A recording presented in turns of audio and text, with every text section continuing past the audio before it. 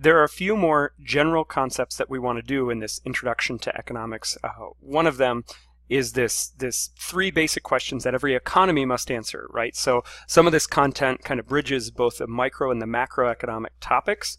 This is a little bit more on the macro side, but we're still going to introduce it here because the reason is we can liberally define this term economy, right? So it's most natural to think about the U.S. economy, right, as being the economy, but we can also think about the state of Ohio as an economy. And if we stretch our definition, right, an economy is really just any group of decision makers. And so a household can even be thought of as an economy that has to answer these three basic questions, right? Number one, what to produce. You got scarce resources. What are you going to do with those scarce resources?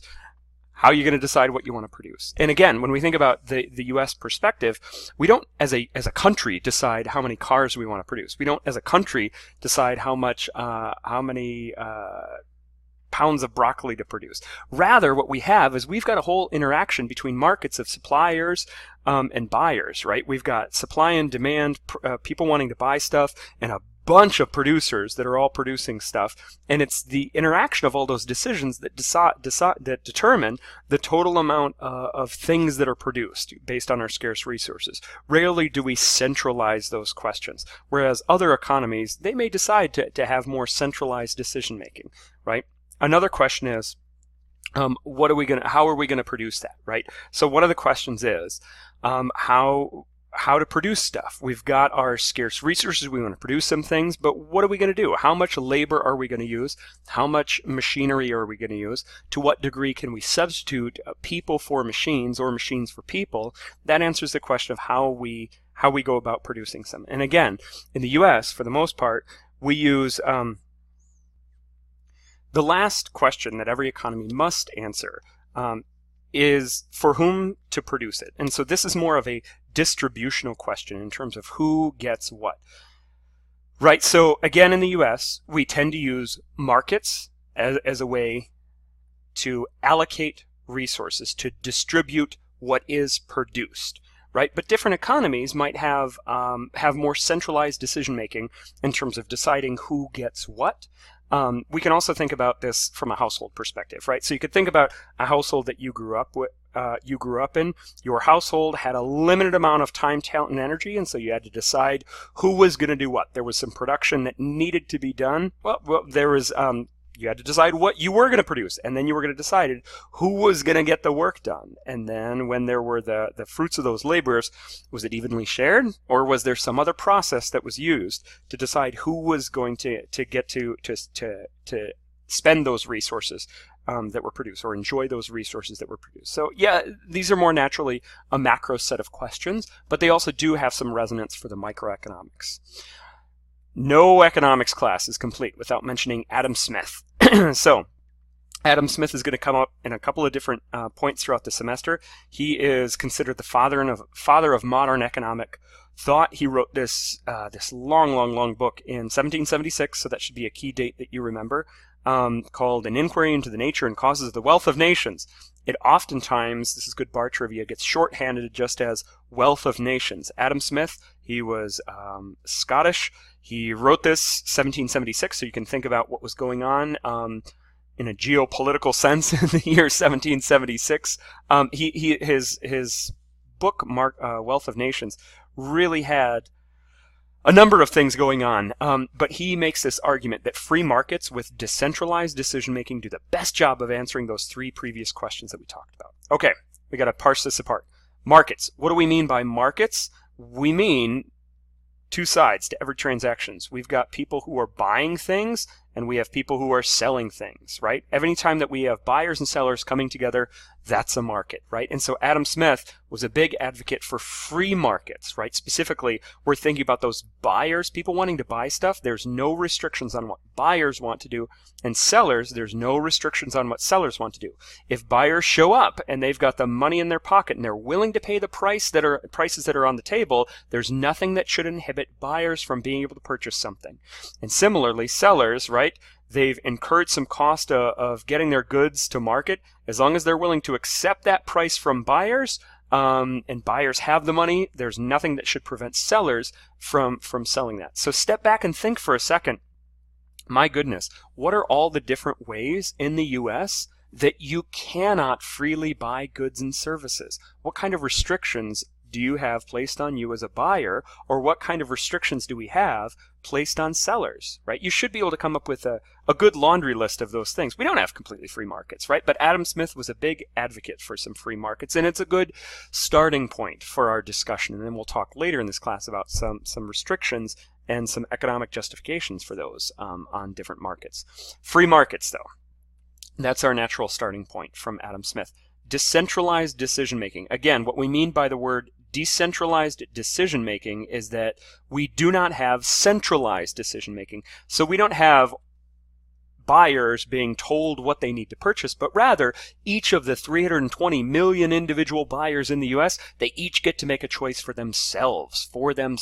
They make their own choice what to buy. And each of the sellers in the US, right, and I don't know what that aggregate number is, but each of those sellers, they're not directed by some central committee telling them what to buy, but rather they are free to choose for themselves what they want to buy. And so Adam Smith, right, he said that when buyers and sellers are free to join a market and they're free to respond to what prices do, either pushing them towards a market or away from a market, that's when we end up with the best answers to those three questions. And so again, this presentation of microeconomics is a pretty traditional neoclassical presentation of microeconomics, and so it's going to stick pretty closely to this original starting point of Adam Smith thinking about free markets, and then later we'll talk about some of the challenges in the real world to these free markets. To partially allude to some of these, though, right? So Adam Smith says economic forces. You're a buyer. Do you have the money in the pocket? You're a seller. Are you willing to accept that price? Those are the things that should determine whether or not transactions happen. But we got to acknowledge that there are other forces other than these economic forces that can shape outcomes, right? So we've got a pretty classic example. Hopefully you recognize this. If not, I encourage you to do a little bit of reading about some of the lunch counter sit-ins from the 1950s, 1960s, right? We've got some customers here. Did those customers have money in their pocket? Were they willing to pay the prices? Yep. According to Adam Smith, those transactions absolutely should have happened, right? But did they? No. Why not?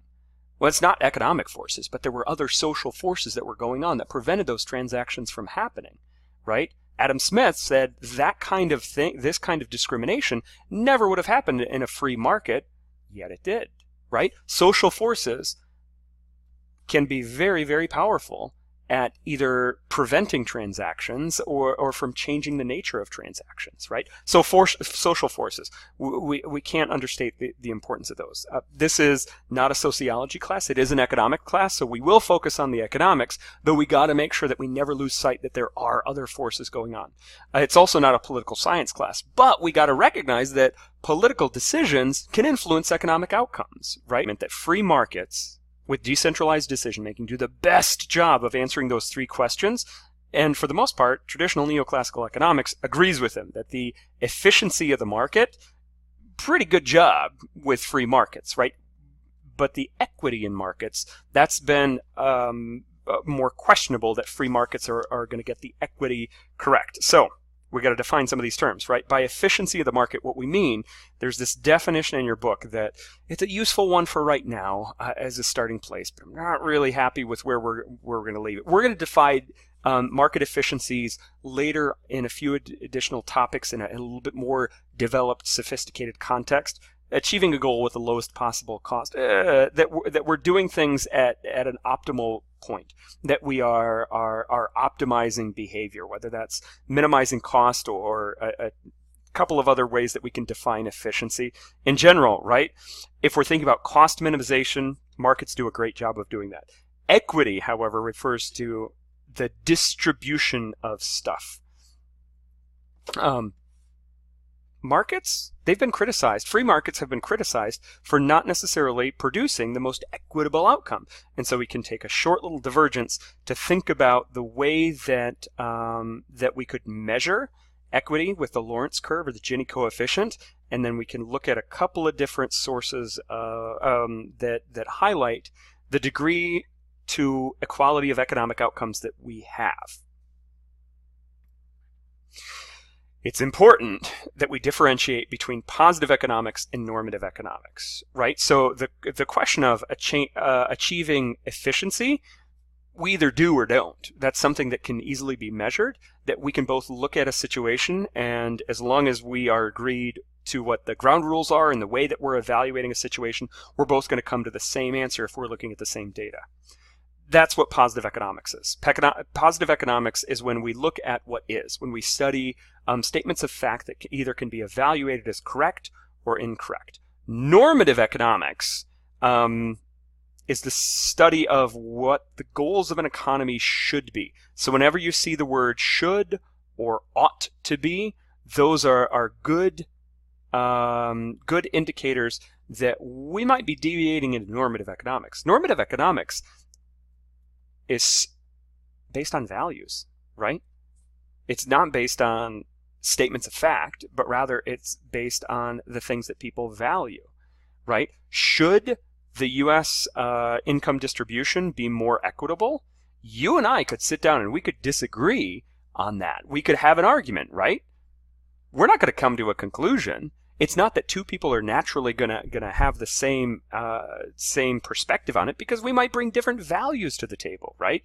Questions about what should or what ought to be, those are normative economics. And for the most part, we're going to try to steer clear of normative economics in this intro class. The distinction between normative and positive isn't quite as crystal clear as what I'm presenting it here, but in later classes, you can explore that a little bit more. For the most part, we're going to focus on positive economics, where we can look at a situation and evaluate the statement as to whether or not it's true or not. So think about, I'm trying to. So to go to an extreme example, I can make the statement, there are 7 Mondays in October in 2021. 7 Mondays in October in 2021. What is that? Positive or normative? That's a positive statement. Is it a correct statement?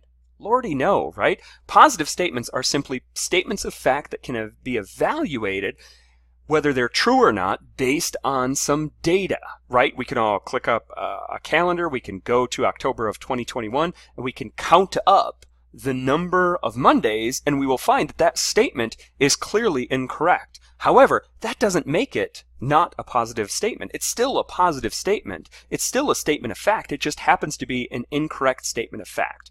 That's what positive economics are. They're statements of fact that can be evaluated as to whether they're true or not based on looking at data. Normative economics, on the other hand, we should get more Mondays off through the year for vacation. You and I can disagree on that, right? That's the idea of normative economics. It's based on the values that we bring to the table. Lastly, what we want to look at is the difference between micro and macroeconomics. Microeconomics, which is going to be the focus of this class, is when we focus on individuals, right? Whether that be individual consumers, individual businesses, or individual industries. We're thinking about individual decision makings and how they interact. Whereas macroeconomics, which is not the focus of this class, studies the overall economy, right? What the overall performance of an economic system is. And there's definitely some overlap between these two, but there's also not equality between the two. We've got a certain set of tools and skills and metrics that we use in micro, and a different set that we use in macroeconomics.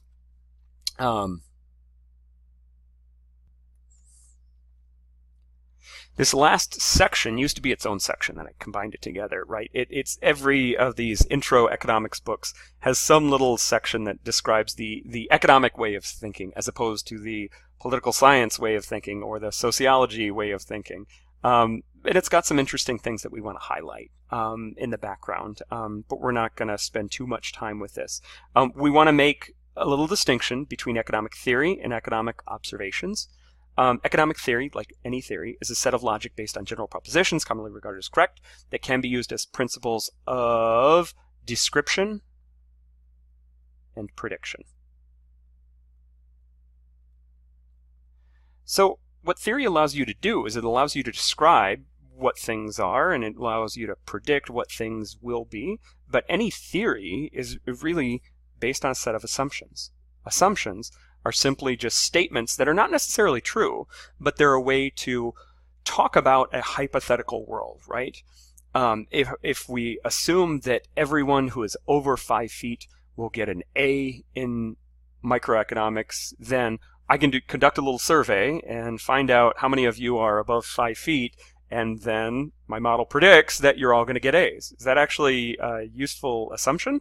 Not at all, right? But that's what economic theory does, right? It makes these hypothetical assumptions, these hypothetical statements about the way that variables in the world are related to each other, and then we can draw conclusions from those relationships, right? So assumptions actually play a pretty key role. Specifically, as we get to the last 2 or 3 topics in this class, assumptions become very, very, very critical as we build out this theory. Hey, sometimes we make simplifying assumptions that are incorrect, but they help us understand what's going on in our model. It helps us trace through the math a little bit better. So I don't want to bash too much on assumptions, but we do want to recognize that all economic theory is based on assumption. That's different from actually looking at data, right? From actually looking at the outcomes of economic observations. How do people actually behave? What did they actually buy? What were the actual sales numbers? Was there entry or exit from this market under these conditions, right? And so hopefully, if we've done this well, there's a connection between theory and observations, where that we've got a theoretical understanding of how things are related to each other, and then we would turn to some data to see, do those theoretical predictions hold up? And then if they don't, then we might want to go back to our theory after we've looked at some observations and figure out what we can adjust about the theory so that it more closely matches observations, right? And so there should be this good interplay between assumptions and theories. In economics, it has become much more empirical in the last 40, 50 years, right? And so by empirical, what I mean is questions that can be answered using data. Empirical questions provide a big, big, big bulk of what happens in modern economic research, right? So empirical questions are questions not about how we think things are going to operate, but rather how things are actually related to each other using real world information, right? So when we ask an empirical question, oftentimes those empirical questions are going to be about the validity of an assumption. Do we have the correct assumptions? Does the data in the real world support what we are assuming behavior will be like? Or about a prediction of our model. Our model says when X happens, it's going to trigger Y. Well, in the real world, when we observe data on X, is there a corresponding change in the variable Y, right? In order to answer these empirical questions, as that language implied, we got to look at data.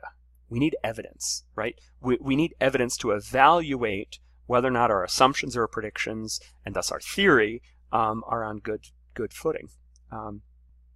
We can answer empirical questions through data, and we want to make a quick little side note to say that data comes in 2 main forms, right? We can have experimental data or we can have observational data. There's a third category of quasi-experimental data, but we're gonna put it in big isolation: experimental versus observational, and talk about those real quickly. So observational and experimental data are different. More than likely, you might have done some kind of science experiment, and I would love to hear about what kind of science experiments you might have done when you were in middle school or high school. Sometimes they're good, sometimes they're not. But experimental data is when information or data is generated from a process where the environment is controlled. What do I mean by that? Well, I've got an example of an experiment here. So what this researcher is doing, right? It looks like she is growing a number of different plants, and she's got them each isolated in bottles, and all the bottles are similar, and it looks like all of the soil in the bottom of these bottles are similar, and it looks like that the sun that you can't see is all the same, but the one thing that she's controlling to be different between each of the bottles is the amount of water that those bottles are getting. That's an experiment, right? She's generating some information from a process where everything is controlled. She's controlling what is similar and she's controlling what is different, right? So you remember in your basic science classes the term control group and experimental groups, right? So with this example, is it clear what the control and what the experiments would be? The control, we usually use whatever the existing default understanding of how things work are, right? So the natural amount of water, right? And so she might have a couple of different experimental groups that are getting either more water or less water than what typically would happen, right? But she's controlling what, and what the outcome that she's measuring is how high the plants grow, right? The thing that she cares about is plant growth. What kinds of things can influence plant growth? Well, the amount of water could influence it, the amount of soil, or the type of soil, or the proximity to sunlight, or the growing, right? All of these things can influence the growth rate of plants. So what she's doing is she's controlling everything that could influence the growth rate, and she's making it similar between the control and the experimental groups, and she's allowing one factor, one single factor, to be the difference between the groups, so that she can attribute, right, when she's controlling all of these things, then what she can do is she can attribute that one difference to be the thing that's explaining differentials in the plant growth between the two groups. That's what an experiment looks like.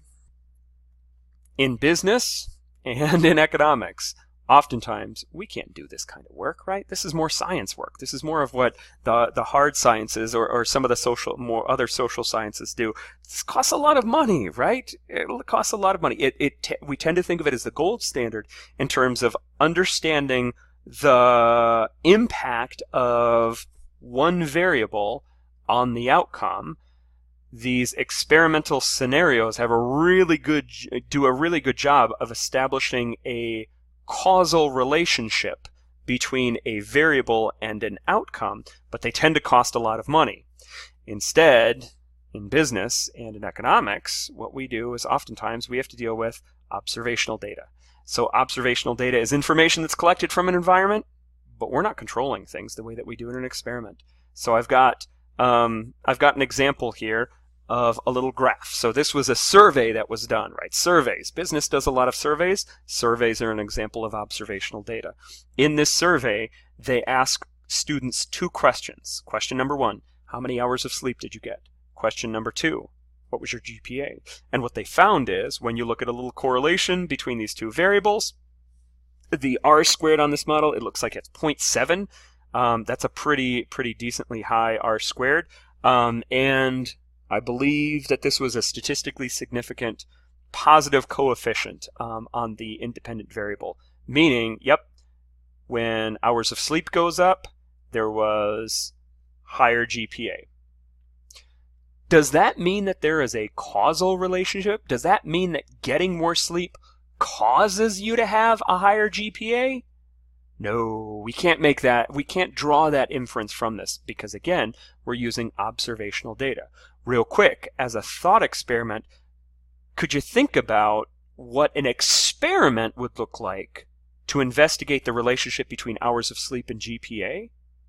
Well, what you'd have to do is, right, you would have to have a control group and you'd have to have an experimental group. And so again, taking all this away, but putting our main points in there, the thing that we care about, the outcome that we care about is GPA. Think about all the factors that could influence GPA. Would gender, would previous AP classes, would the amount of time that you spent in class, would the amount of time you spent on homeworks, would previous economics courses maybe, right? Think about all the different factors that could influence your GPA. Could sleep also be one of them? Sure, it could. So if we were running an experiment, what we'd want to do is we would want to have all of those things like major and background and amount you study. We would want those things to be equally balanced between the control and the experimental group. And the one thing that is different between the group would be the amount of sleep. And so what we do is we'd have some people who are in the control group, and we would force those people to get 8 hours of sleep. And the people in the experimental group, we would force those people to get, say, 6 hours of sleep. And only in that controlled environment could we start thinking about there being a causal relationship between sleep and GPA, right? But just simply seeing this observational data doesn't necessarily mean anything, right? There's this expression that correlation is not causation. It looks like there's a correlation here, but that doesn't necessarily mean that they're causally related to each other. So another example to illustrate this possible correlation causation confusion, think about hospitalizations and mortality rates. So what if we decided to run a survey where we surveyed everyone in the county, everyone that lived in the county last year, and we asked them 2 questions. Question number 1, did you die? So we'd have to have someone else fill this out for people from a household that died last year. And question number 2, did you go to the hospital? Do you think there's a correlation between those two? Do you think it's a positive or a negative correlation? Do you think that people who are more likely to go to the hospital are more or less likely to die? Guess what? Data says they are way more likely to die. Does that mean that going to the hospital kills you? No, right? It simply means that there was this third impact, right? People who go to the hospital were more likely to be sick to begin with, and people who are more likely to be sick to begin with are more likely to die. That's the piece, that's the causal link that our simple observational data is not necessarily gonna uncover. And so we always got to be worried about using observational data that we don't try to infer a causal relationship when it's not there. And in later economics courses, we can talk about some different methods to try to uncover causal relationships with observational data. But right now at this intro class, we just want to raise the issue and make sure that we don't go too far with ours. Why do we mention observational data, and why do businesses use it so much? If experimental data is really, really expensive, how cheap is it to run a survey? Relatively, it is not that expensive. And so oftentimes, getting observational data, the advantage is it doesn't cost as much money. The problem is we may not be able to establish a causal relationship. We might get some really useful information about how things are going. We just got to make sure we don't overinterpret our results. And the very last thing we want to talk about in this section, we are in this class going to assume rationality, right? So we assume that all decisions and all decision makers are rational, but a more recent area of economics has focused on behavioral economics, which questions some of the assumption of rationality and kind of fills it out and allows us to have a little bit more nuance. It brings in a little bit of the psychology in terms of how people make decisions. Traditional economics, which is what we're going to focus on in this class, assumes that decision makers are rational and self-interested. Rational and self-interested. What does self-interested mean? Right? Self-interested, in your own words, I'm not sure what definition you'd come up with, but self-interested basically means you care about yourself. You think about your benefits, you think about your costs, but you only think about your own costs and your own benefits, and you act accordingly. What behavioral economics, the more recent branch of economics, does is it tries to use some of the psychological insights into the way that people are actually making decisions to help understand the decision-making process a little bit better, right? So some of you may recognize, this is Sandy from Meijer, if you know the Meijer, the retail chain. They've got these horses, Sandy. They're for a penny, and I have this daughter who loves riding Sandy. And we went into our Meijer, and it was broken down. And I was so brokenhearted because I was certain that how much revenue are they generating from this thing, right? A penny a ride? That's got to be nothing. Like, in what world do they spend money fixing up this Sandy? It's never going to be worth the revenue that it brings in. That cost will never be justified. But you know what they did? They fixed it anyway. I'm not sure that was a rational decision, but maybe there were some other sentimental reasons why they might have wanted to make those decisions. A really great book that describes this foray into behavioral economics is by Richard Thaler, who won the Nobel Prize in Economics for his work on behavioral economics recently, and Cass Susteen. And they talk about title of the book is Nudge, and the idea is that the focus should be on the decision-making framework, because often the way that decisions are framed can influence the way that the outcomes of decisions. For example, most people agree, right? When you do surveys, people say we like saving for retirement, but do people save enough for retirement? No. So we've got two different frameworks that we can adopt for new employees, right? 401k are savings plans. We can have two general frameworks. We can have a framework where people show up to work, and once they get to work, they can elect into a 401k system. Or we could have a framework where when new hires are added to the payroll, they are automatically enrolled in a 401k system and they are allowed to opt out. Now, in both of those cases, right, people have choices, right? We're still doing the Adam Smith freedom of choice model where people can choose whether or not they think the benefits and costs are worth it. But what have we done? By changing that framework, by making the default to be people are in the system and need to opt out of it, then we nudge people into making this decision that's consistent with what their long-term goals are anyway, right? And so again, this framing of questions, these framing of decisions, they matter, right? The data, the research suggests that they absolutely matter. And so there's this really nice graphic that I added to the Moodle class that describes all the different potential ways that we can influence the cognition of decision making. This matters. We want to put it out there that it matters, but again, in our class, as we go through this material, we're going to adopt a model of rationality, and throughout the class, we're going to talk about some of the potential shortcomings of that, but it is going to be our useful starting point.